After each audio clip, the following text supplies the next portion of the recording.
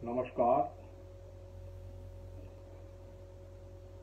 Doctor विदु के जन्मदिन के अवसर पर मैं कविताओं के इस गुलदस्ते की शुरुआत बांग्ला के महाकवि जीवनानंद दास की इस छोटी सी कविता से करना चाहता हूँ, जिसका शीर्षक है संतरा।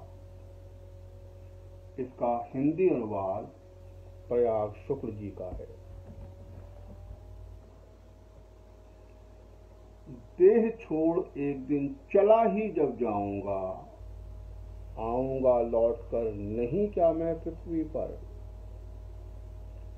आऊं तो आऊं मैं किसी एक जाड़े की रात में, प्राणों के लिए विकल परिचित एक रोगी के बिछौने के पास ही, रखा हुआ टेबल पर अध खाया ठंडा एक करुण संतरा बनकर।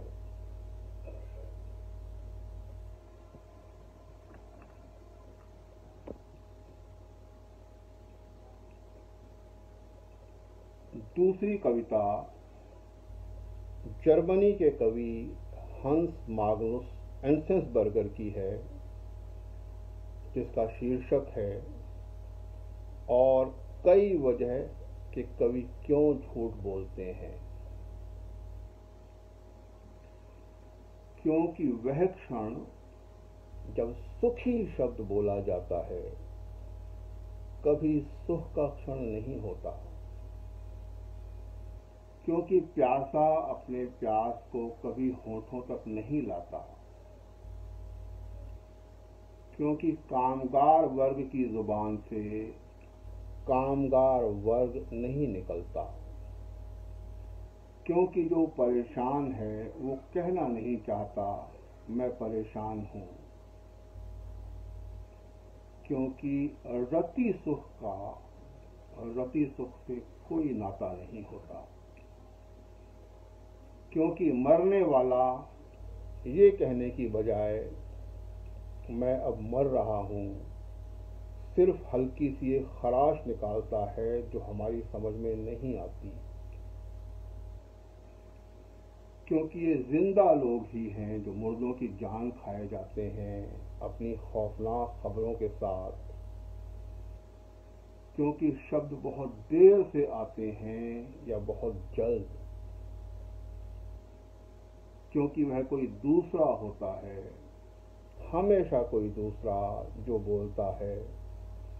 और क्योंकि वो जिसकी बातें की जाती हैं खामोश रहता है।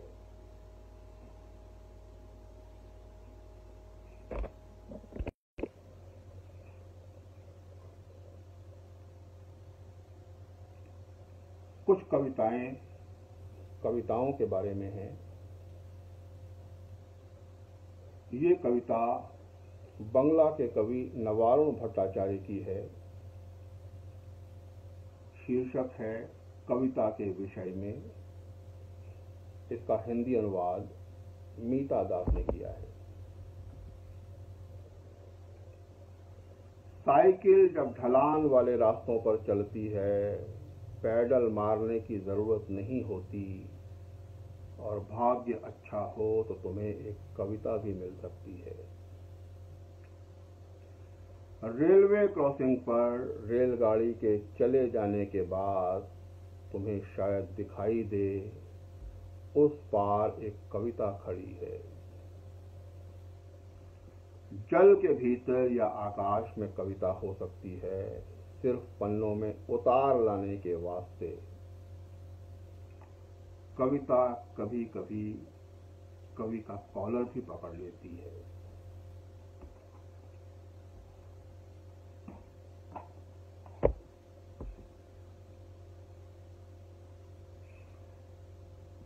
ये पंजाबी की कविता है, सुरजीत पातर की, और इसका शीर्षक है कवि साहब। मैं पहली पंक्ति लिखता हूँ और डर जाता हूँ राजा के सिपाहियों से, पंक्ति काट देता हूँ। मैं दूसरी पंक्ति लिखता हूं और डर जाता हूं, बागी गुरिल्लों से पंक्ति काट देता हूं। मैंने अपने प्राणों की खातिर अपनी हजारों पंक्तियों को ऐसे ही कत्ल किया है।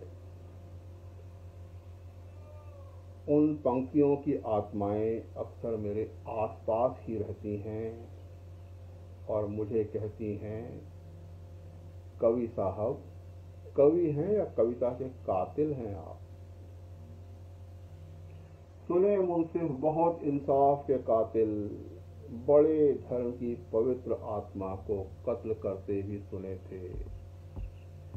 सिर्फ यही सुनना बाकी था कि हमारे वक्त में खौफ के मारे कवि भी बन गए कविता के हत्यारे।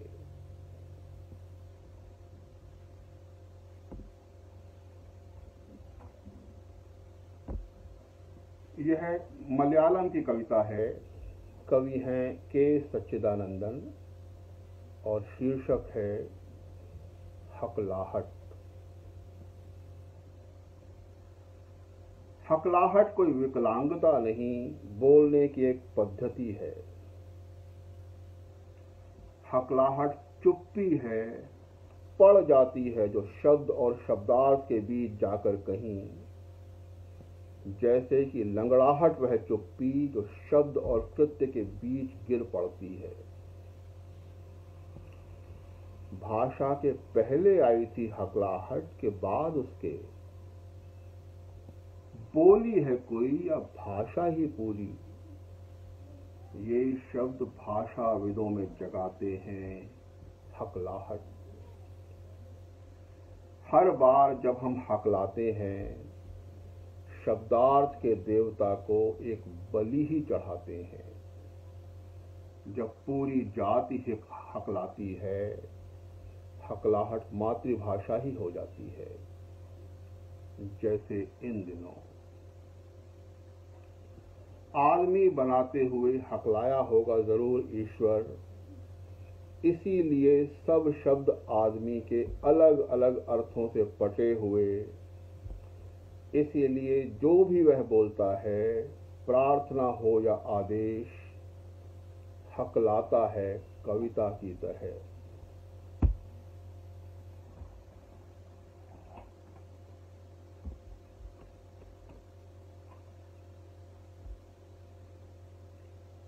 यह कवि ये कवि हंगरी के हैं, मिरोस्लाव होलोक। कविता का शीर्षक है एक कवि से बातचीत।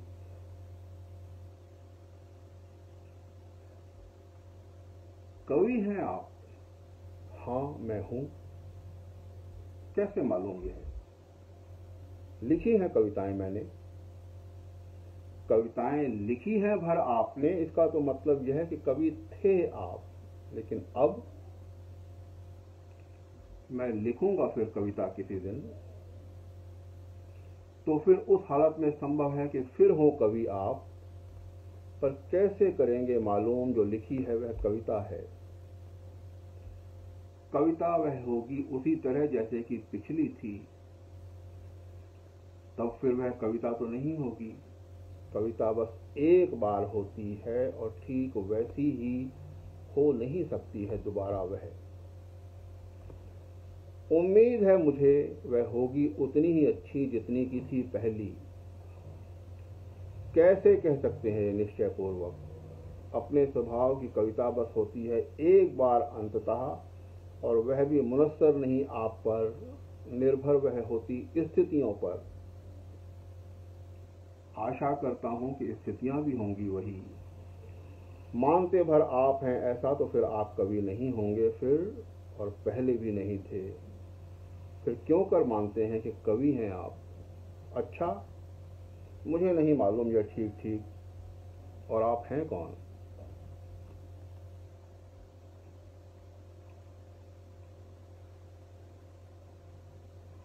ये यूगोस्लाविया के कवि हैं वास्को पोपा। कविता का शीर्षक है कविता पाठ कोलतार बिछाने वालों के लिए।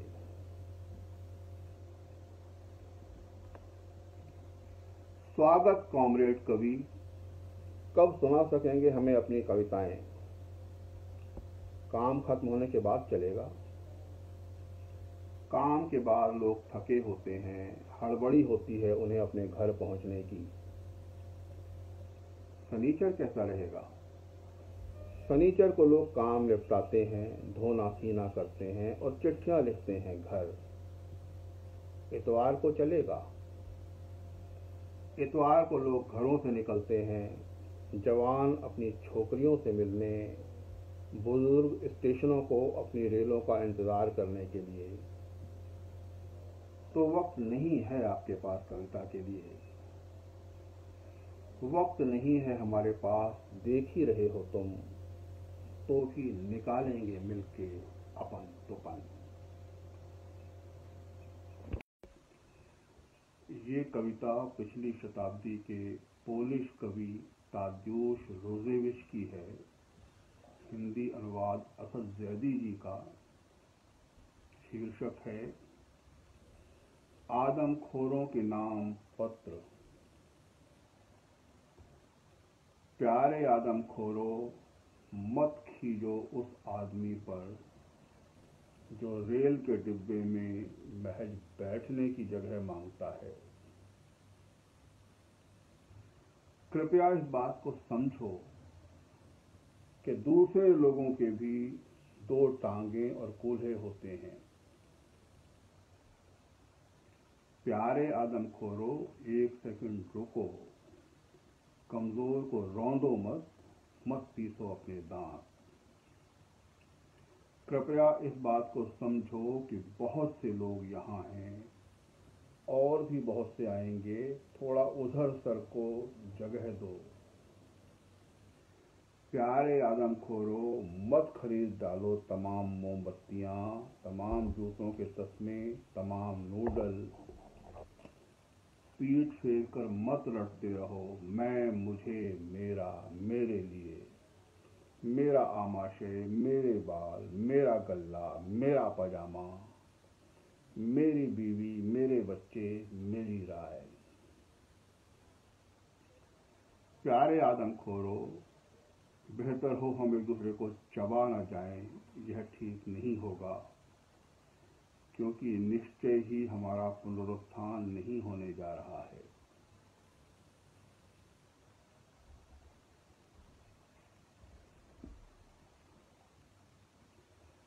इन्हीं की एक और कविता जिसका शीर्षक है मृतक नहीं होने देंगे हमें फिर से आबाद।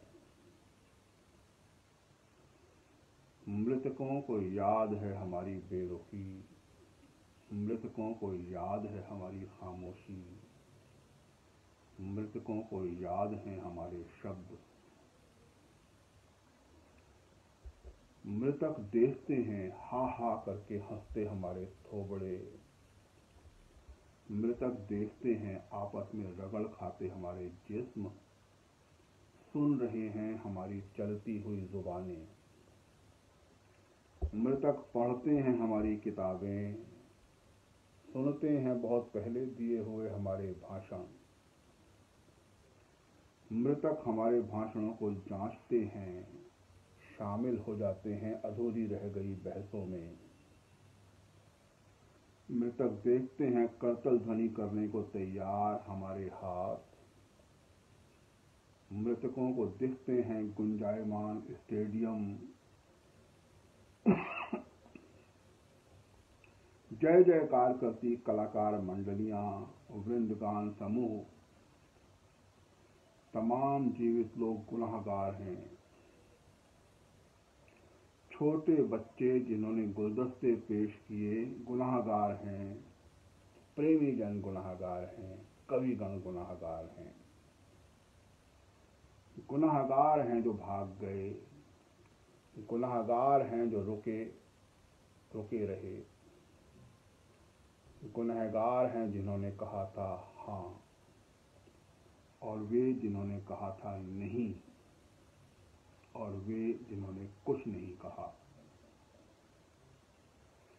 मृतक हिसाब रख रहे हैं जीवितों का, मृतक नहीं होने देंगे हमें फिर से आबाद।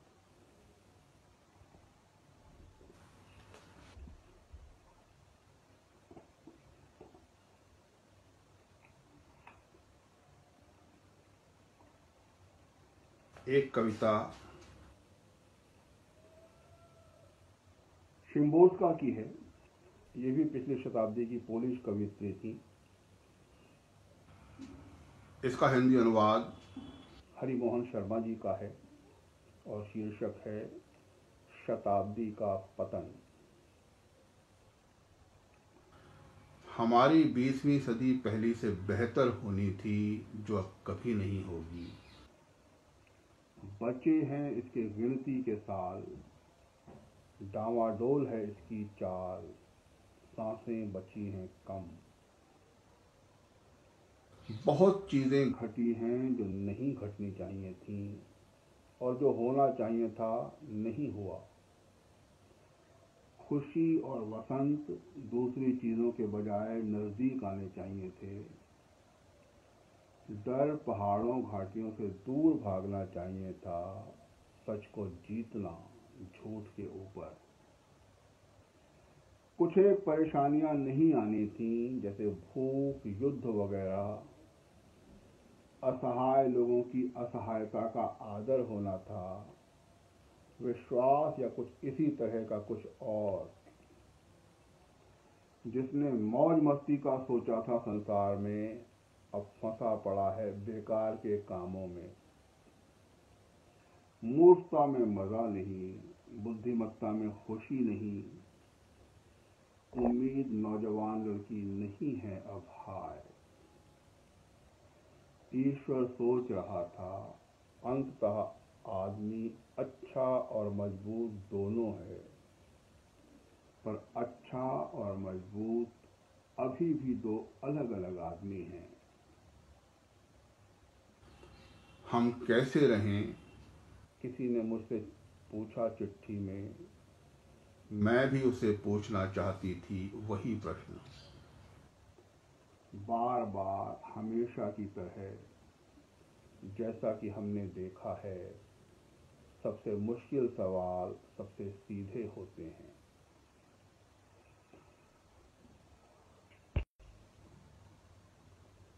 दो कविताएं विष्णु खरे जी की। पहली का शीर्षक है निवेदन। डॉक्टरों, मुझे और सब सलाह दो, सिर्फ ये न कहो कि अपने हार्ट का ख्याल रखें और गुस्सा न किया करें आप, क्योंकि गुस्से के कारण आई मृत्यु मुझे स्वीकार्य है, गुस्सा न करने की मौत के बजाय। बुजुर्गों, ये न बताओ मुझे कि मेरी उम्र बढ़ रही है और मैं एक शरीफ आदमी हूँ, इसलिए अपने गुस्से पर काबू पाऊं, क्योंकि जीवन की उस शाइस्ता सार्थकता का अब मैं क्या करूंगा जो अपने क्रोध पर विजय प्राप्त कर एक पीढ़ी पहले आपने हासिल कर ली थी। ग्रंथों, मुझे अब प्रवचन न दो कि मनुष्य को क्रोध नहीं करना चाहिए। न गिनाओ मेरे सामने वे पातक और नरक जिन्हें क्रोधी आदमी अर्जित करता है, क्योंकि इहलोक में जो कुछ नारकीय और पापिष्ट है, वो कम से कम सिर्फ गुस्सैल लोगों ने तो नहीं रचा है। ठंडे दिल और दिमाग से ये मुझे दिख चुका है। ताकतवर लोगों, मुझे शालीन और संयत भाषा में परामर्श न दो कि गुस्सा न करो, क्योंकि उससे मेरा ही नुकसान होगा। मैं तुम्हारे धीरोदात्त उपदेश में लिपटी चेतावनी सुन रहा हूँ, लेकिन सब कुछ चले जाने के बाद यही एक चीज अपनी बचने दी गई है। डॉक्टर तो सदाशय हैं भले बुरे से ऊपर, लेकिन बुजुर्गों, ग्रंथों, ताकतवर लोगों, मैं जानता हूँ आप एक शख्स के गुस्से से उतने चिंतित नहीं हैं। आपके सामने एक अंदेशा है, सच्चा या झूठा, चंद लोगों के एक साथ मिलकर गुस्सा होने का।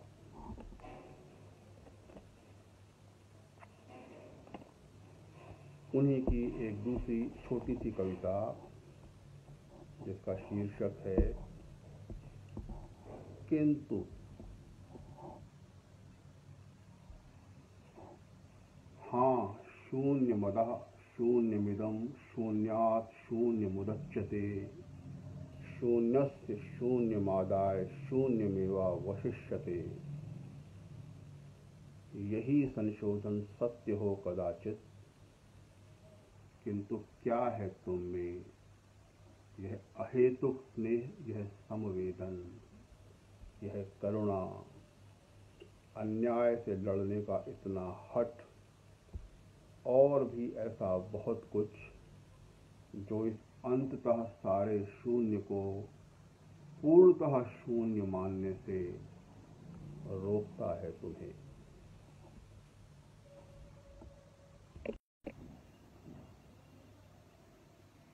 ये कुछ कविताएं वीरेंद्र डंगवाल जी की हैं।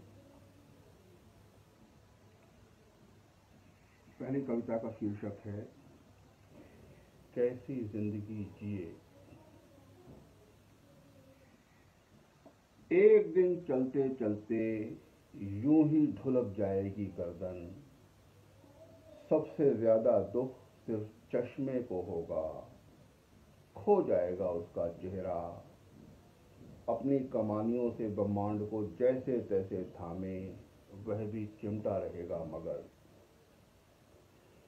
कैसी जिंदगी जिए, अपने ही में गुत्थी रहे, कभी बंद हुए कभी खुले, कभी तमतमाए और दहाड़ने लगे, कभी म्याऊं बोले, कभी हंसे, दुत्कारी हुई खुशामदी हंसी, अक्सर रहे खामोश ही, अपने बैठने के लिए जगह तलाशते घबराए हुए, अकेले।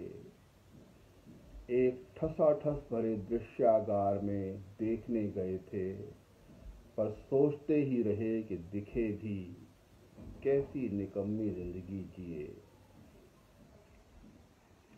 हवा तो खैर भरी ही है कुलीन केशों की गंध से इस उत्तम वसंत में, मगर कहाँ जागता है एक भी शुभ विचार। खरखराते पत्तों में, कोपलों की ओट में पूछते हैं पिछले दंगों में कत्ल कर डाले गए लोग, अब तक जारी इस पशुता का अर्थ। कुछ भी नहीं किया गया थोड़ा बहुत लज्जित होने के सिवा। प्यार एक खोई हुई जरूरी चिट्ठी, जिसे ढूंढते हुए उधेड़ दिया पूरा घर, फुर्सत के दुर्लभ दिन में विस्मृति क्षुद्रता का जघन्यतम हथियार, मूठ तक हृदय में धंसा हुआ पछतावा।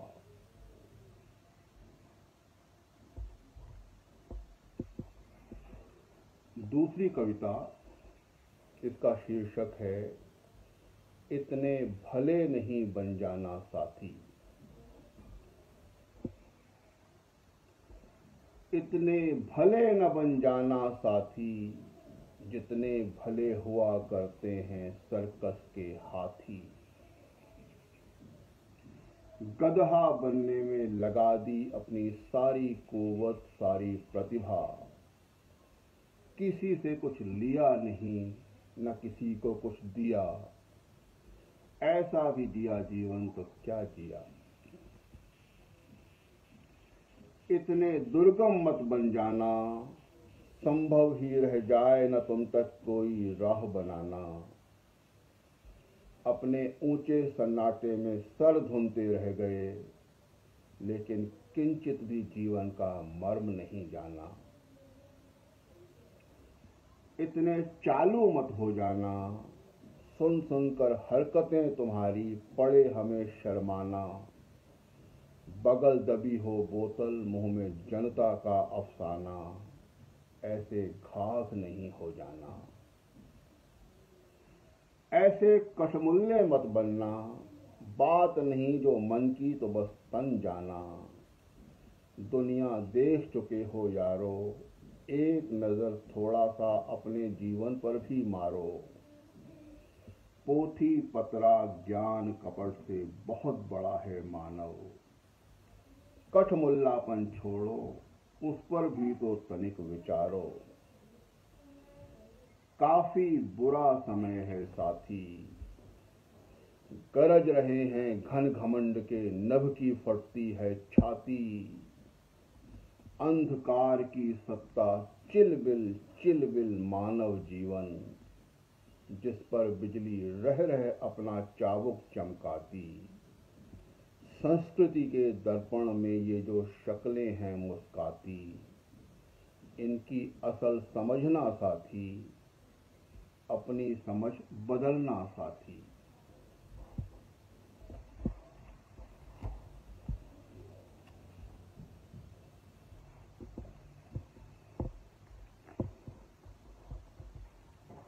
कवि।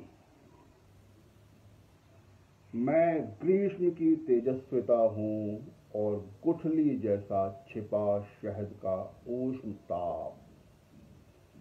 मैं हूं वसंत में सुखद अकेलापन, जेब में गहरी पड़ी मूंगफली को छांटकर चबाता फुर्सत से।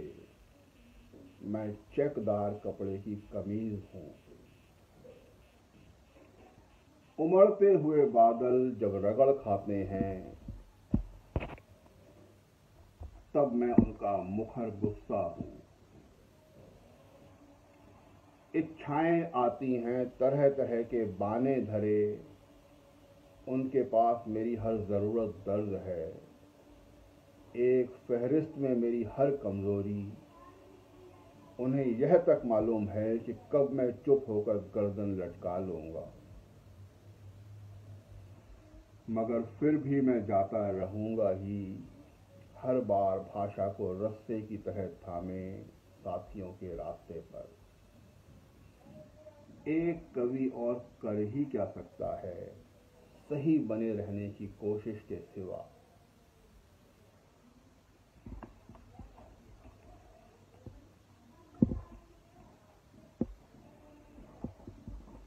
सड़क के लिए 7 कविताएं।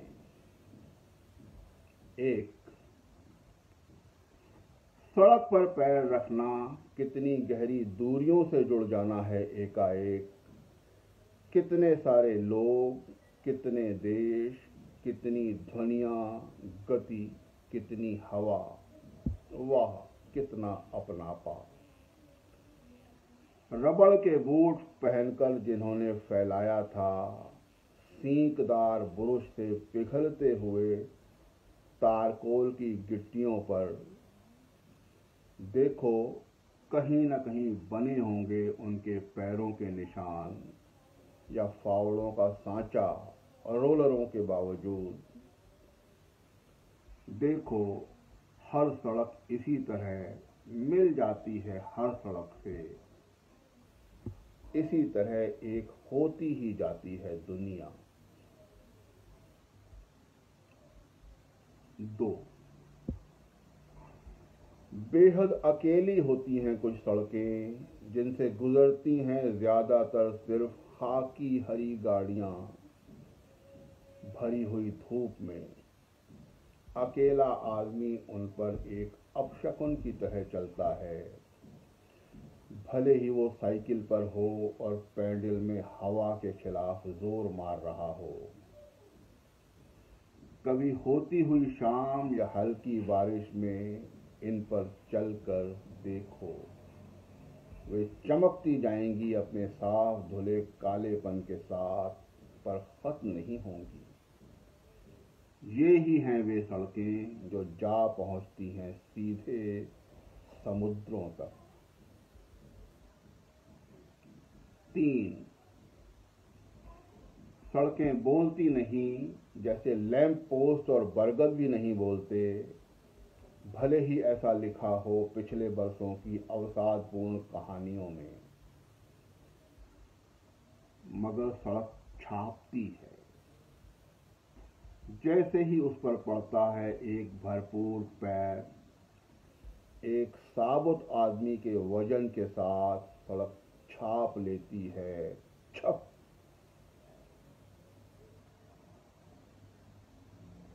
चार, कभी गौर करना, सबसे पहले पैर का पंजा कुछ तना हुआ लपकता है सड़क की तरफ। छूने छूने को ही होता है कि एड़ी बाजी मार ले जाती है।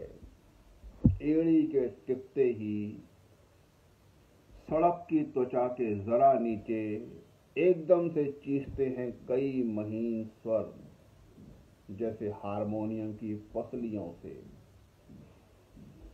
उस बिंदु से पहले दोनों दिशाओं में जाते हैं, फिर सिर्फ तुम्हारी दिशा में, तुम्हारी अनवरत पदचाप के खोखल में लौटकर विलुप्त हो जाते हैं। यह सब घटित होता चलता है सतह के सिर्फ जरा सा नीचे।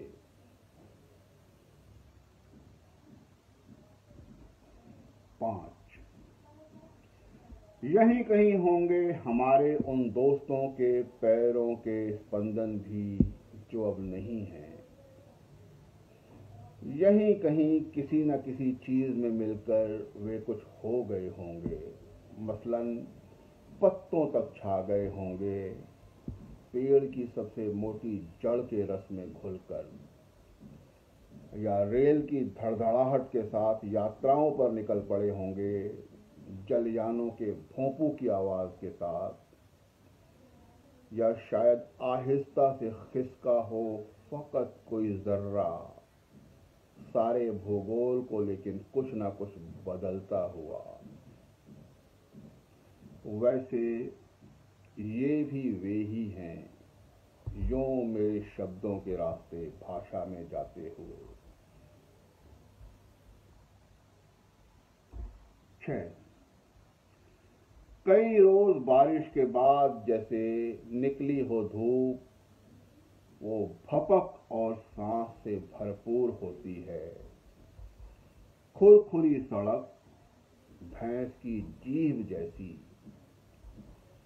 उसके मुंह में रोटी दो तो चोंच बने हाथ को जैसा लगता है वैसी।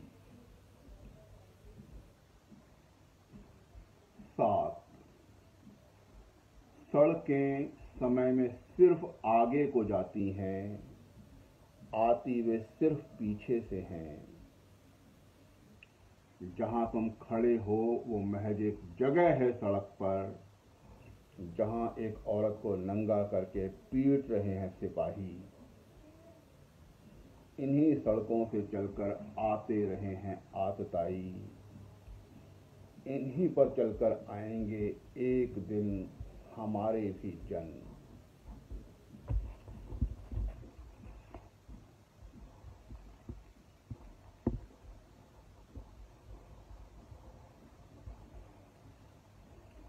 इस कविता का शीर्षक है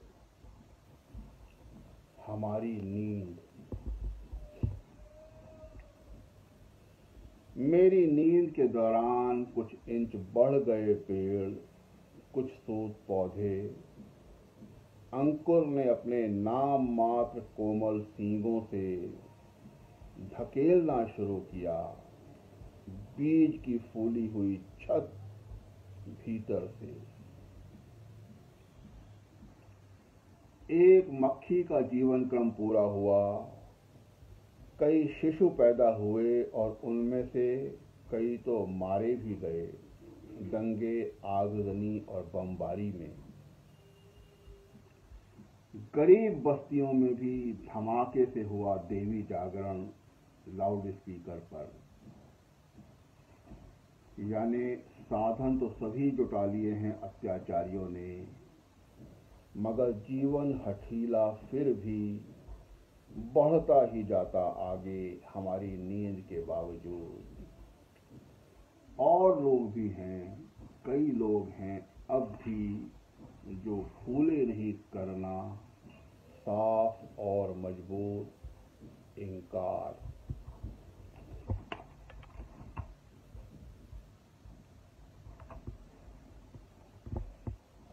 दुष्चक्र में सृष्टा। कमाल है तुम्हारी कारीगरी का भगवन, क्या क्या बना दिया क्या से क्या। छिपकली को ही ले लो, कैसे पुरखों की बेटी छत पर उल्टा सरपट भागती, छलती तुम्हारे ही बनाए अटूट नियम को। फिर वे पहाड़, क्या क्या थपोड़ कर नहीं बनाया गया उन्हें, और बगैर बिजली के चालू कर दी उनसे जो नदियां, वो सूंड हाथी को भी दी और चींटी को भी। एक ही सी कार आमद अपनी अपनी जगह। हाँ, हाथी की सूंड में 2 छेद भी हैं अलग से, शायद शोभा के वास्ते, वरना सांस तो कहीं से भी ली जा सकती थी, जैसे मछलियां ही ले लेती हैं गलफड़ों से। अरे कुत्ते की उस पतली गुलाबी जीभ का ही क्या कहना, कैसी रसीली और चिकनी टपकदार, सृष्टि के हर स्वाद की मर्मज्ञ। और दुम की तो बात ही अलग, गोया एक अदृश्य पंखे की मूठ तुम्हारे ही मुखड़े पर झलती हुई। आदमी बनाया अंतड़ियों और रसायनों का क्या ही तंत्र जाल, और उसे दे दिया कैसा अलग सा दिमाग, ऊपर बताई हर चीज को आत्मसात करने वाला, पल भर में पूरे ब्रह्मांड के आर पार। और सोया तो बस सोया, सर्दी भर कीचड़ में मेंढक सा। हाँ, एक अंतहीन सूची है भगवान तुम्हारे कारनामों की, जो बखानी न जाए, जैसा कि कहा ही जाता है। यह जरूर समझ में नहीं आता कि फिर क्यों बंद कर दिया तुमने अपना इतना कामयाब कारखाना। नहीं निकली नदी कोई पिछले 400-500 साल से, जहां तक मैं जानता हूं। न बना कोई पहाड़ अथवा समुद्र, एकाध ज्वालामुखी जरूर फूटते दिखाई दे जाते हैं कभी कभार। बाढ़ें तो आई खैर भरपूर, काफी भूकंप, तूफान, खून से लबालब हत्याकांड अलबत्ता हुए खूब अकाल, युद्ध एक से एक तकनीकी चमत्कार। रह गई सिर्फ एक सी भूख, लगभग एक सी फौजी वर्दियों जैसे। मनुष्य मात्र की एकता प्रमाणित करने के लिए एक जैसी हुंकार, हाहाकार।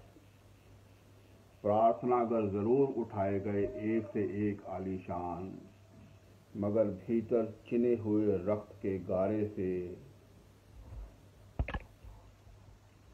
वे खोखले आत्माहीन शिखर, गुंबद, मीनार, उंगली से छूते ही जिन्हें रिस आता है खून। आखिर ये किनके हाथों सौंप दिया है ईश्वर तुमने अपना इतना बड़ा कारोबार। अपना कारखाना बंद करके किस घोंसले में जा छिपे हो भगवान। कौन सा है आखिर वो 7वां आसमान। हे अरे अबे ओ करुणा निधान।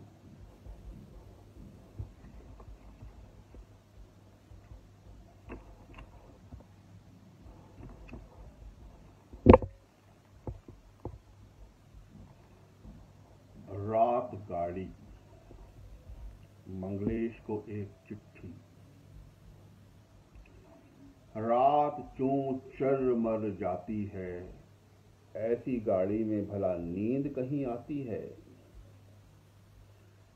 इस कदर तेज वक्त की रफ्तार और ये सुस्त जिंदगी का चलन।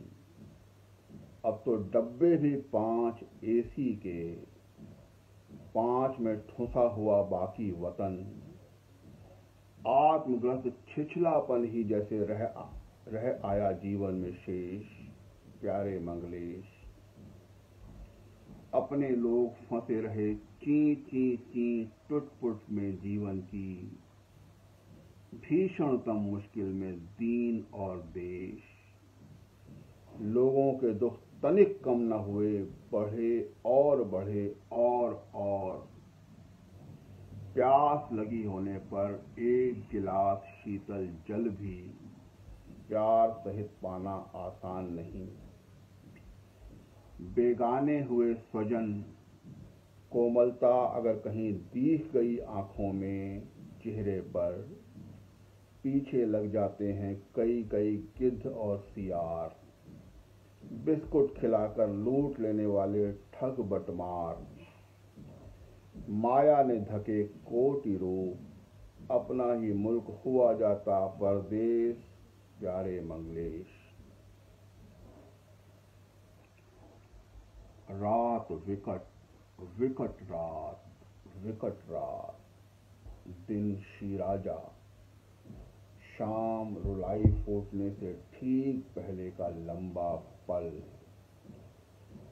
सुबह भूख की चौंध में खुलती नींद, दांत सबसे विचित्र हड्डी, तैश में लगातार फ्लैट की बालकनी से भौंकता छोटी नस्ल का व्यक्तित्वहीन कुत्ता, टेलीविजन, अखबार, भाषा की खुजाती हुई बड़ी आंत, विश्वविद्यालय, बेरोजगारों के बीमार कारखाने, गुंडों के मेले, राजधानियां, कलावा बांधे गदगद खल विदूषक सोने के मुकुट पहनते उतरवा रहे हैं फोटो।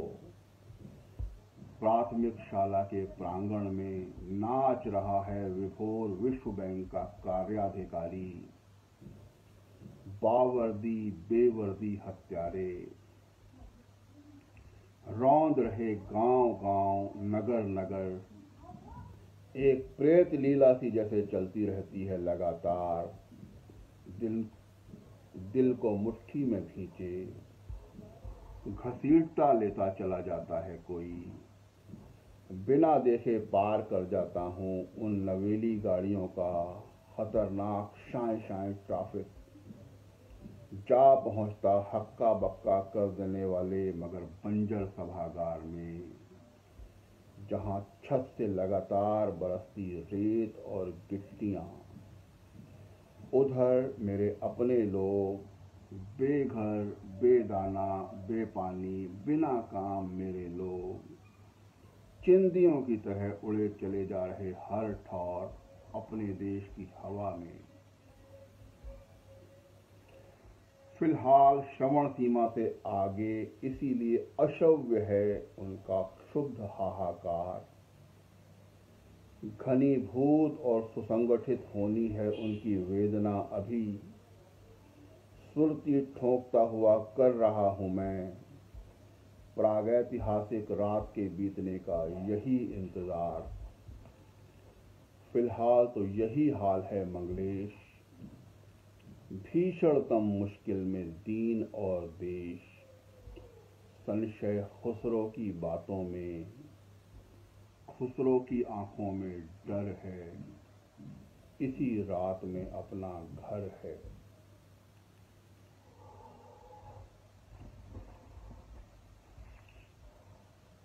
और यह आखिरी, कुछ नई कस्में। हल्दीराम भुजिया की कसम, रिलायंस के तेल की कसम, प्रमोद महाजन की कसम, आज दिन कांच के गिलास की तरह बिल्कुल साफ है और मेरी आत्मा निष्पाप। मैंने घर में झाड़ू भी लगाई है खुशी खुशी।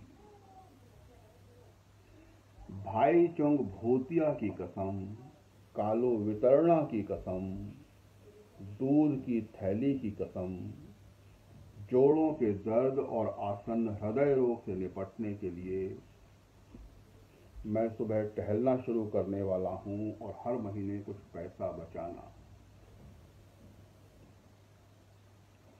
शताब्दी और राजधानी की कसम, अनदेखे केरल और जैसलमेर के ऊंटों की कसम, लाल इमली की बंद मील की कसम, इससे बढ़िया कोई मुल्क है नहीं पूरी दुनिया में।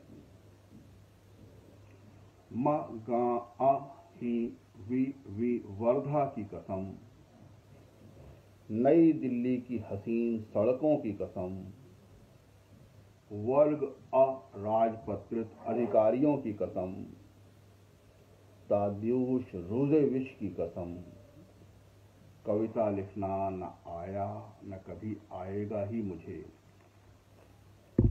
फिर भी लेता हूं फूलमती तिराहे की कसम, चमेली की बगिया की कसम, पुल बंगश की कसम, ठंडी रसमलाई की कसम, सिविल लाइन इलाहाबाद की कसम, सेमल की रुई जैसे फुरफुरे कोहरे से भरे नैनीताल की कसम, जो चीज तू है कोई और नहीं।